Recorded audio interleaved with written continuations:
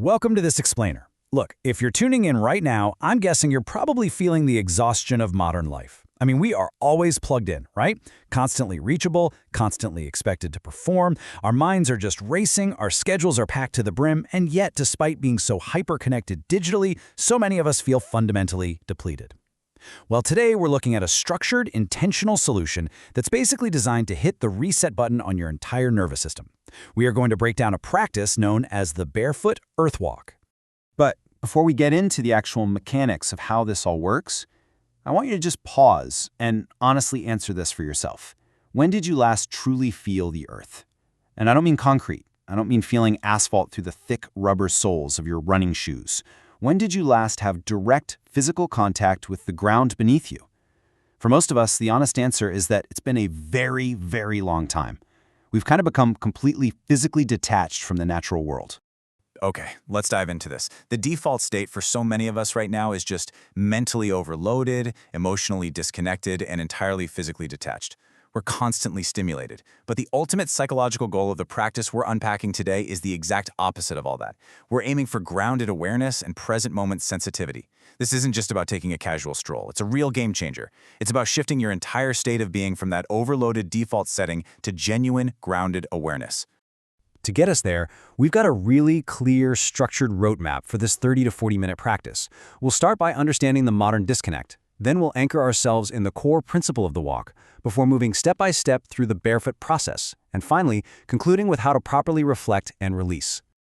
All right, let's jump right into Section 1, the modern disconnect, overloaded and detached.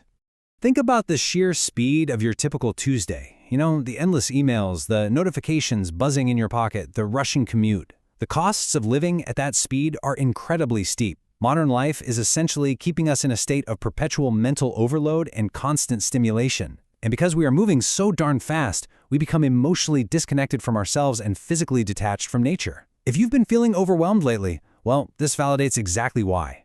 Your brain literally was not evolved to process this much constant noise without a physical anchor. Direct contact with the earth is absolutely crucial to break this cycle of overstimulation. Now, let's just intentionally slow things down a bit as we move into Section 2, the core principle, reconnect to rebuild. So, the absolutely crucial point here, really the philosophical anchor for this entire practice, is this idea. You cannot create inner stability while remaining disconnected from the ground beneath you. We spend so much time and money trying to fix our mental states with meditation apps and productivity hacks, constantly trying to build stability from the top down. But this practice argues that you actually have to build it from the ground up, literally. This is a complete paradigm shift. Because think about it, we are totally conditioned to value mental noise, speed, and trying to control every single variable in our lives. Well, the barefoot walk forces you to just abandon all of that.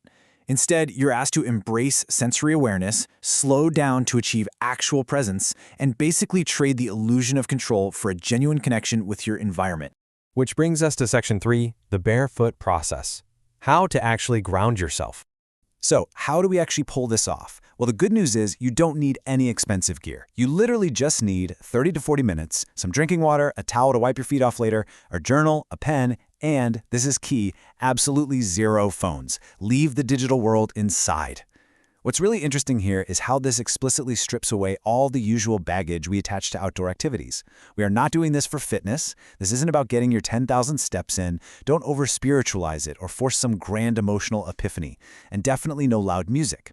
Instead, maintain silence, encourage a slow pace, and importantly, normalize discomfort. This is purely a psychological and practical exercise. As for where to do this, you want natural, safe surfaces. We're talking grass, soft soil, sand, or maybe a clean forest path. You definitely want to avoid sharp stones, polluted areas, or pavement that's baking in extreme heat. The goal is to make sure that any discomfort you feel during the walk is purely psychological, like your brain's resistance to slowing down, and not actual physical harm to your feet. Gotta keep it safe. Here's the map for the entire 30 to 40-minute exercise. It's broken down into 6 distinct, really manageable steps. We prepare the mind and body, stand and ground, do a slow walk, expand our sensory awareness, do some emotional grounding, and finish up with silent journaling. Let's break down exactly how to do these. Steps 1 and 2 will take you about 8 minutes. First things first, you actually take off your shoes. And yeah, for a lot of people, just doing that outside feels incredibly awkward or even a bit vulnerable. As you feel that initial discomfort or resistance, just observe it without judgment. Then you simply stand.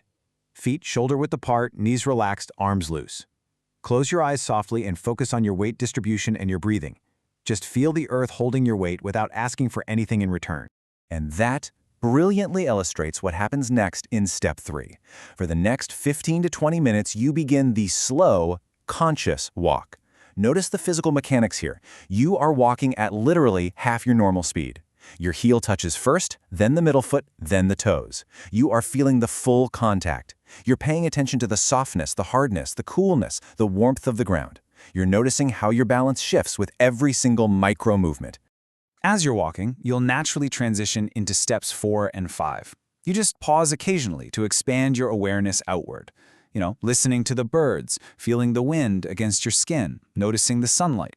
You expand beyond your own internal thoughts. Then, for a moment of emotional grounding, place one hand on your heart and reach the other toward the earth. Just notice how your body feels different than when you first started. A pretty profound realization often happens right here. Grounding isn't about becoming an emotionless rock.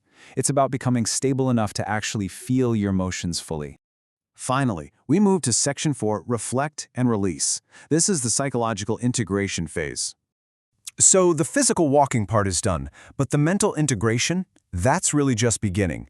As you sit down somewhere quiet with your journal, I want you to consider this gentle prompt, much like you might have softly asked yourself during the walk. What happens when you stop rushing? Think about how often you move through your daily life completely unaware, constantly mentally escaping to the future or agonizing over the past. You're going to spend about 10 minutes silently writing down the answers to some specific journaling questions, like, what did I actually feel physically?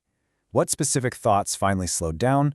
What emotions surfaced when I just allowed myself to be silent? What resistance did I notice? And critically, when do I rush unnecessarily in my everyday life?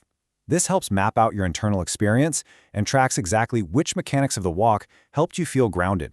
Now let's look at an advanced variation to see how this builds. This is for those of you who might need something a bit deeper. The source material outlines something called the burden release walk. This is incredibly powerful if you're carrying a lot of emotional heaviness, fear, or just intense overthinking.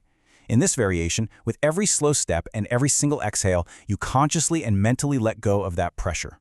You literally visualize pushing that stress down into the earth with your feet, actively releasing the burden. For those of you wondering about the hard science, the exact return on investment for spending 40 minutes walking barefoot in the dirt, the psychological benefits are super clear. You're actively forcing your nervous system to regulate itself. You're achieving direct anxiety reduction by slowing your physical pace, which in turn slows your mental pace. There's also a really fascinating physiological component here. Research into grounding highlights this concept of electron transfer.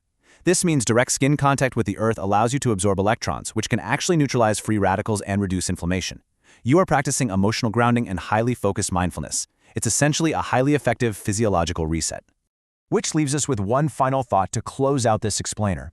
Now that you understand the mechanics of this practice and the frankly exhausting disconnect of modern life, what does inner stability actually mean to you now? Is it going to be another app on your phone, or is it a real, physical connection to the ground? The roadmap is right here. The only question left is, are you ready to step outside, take your shoes off, and actually find it?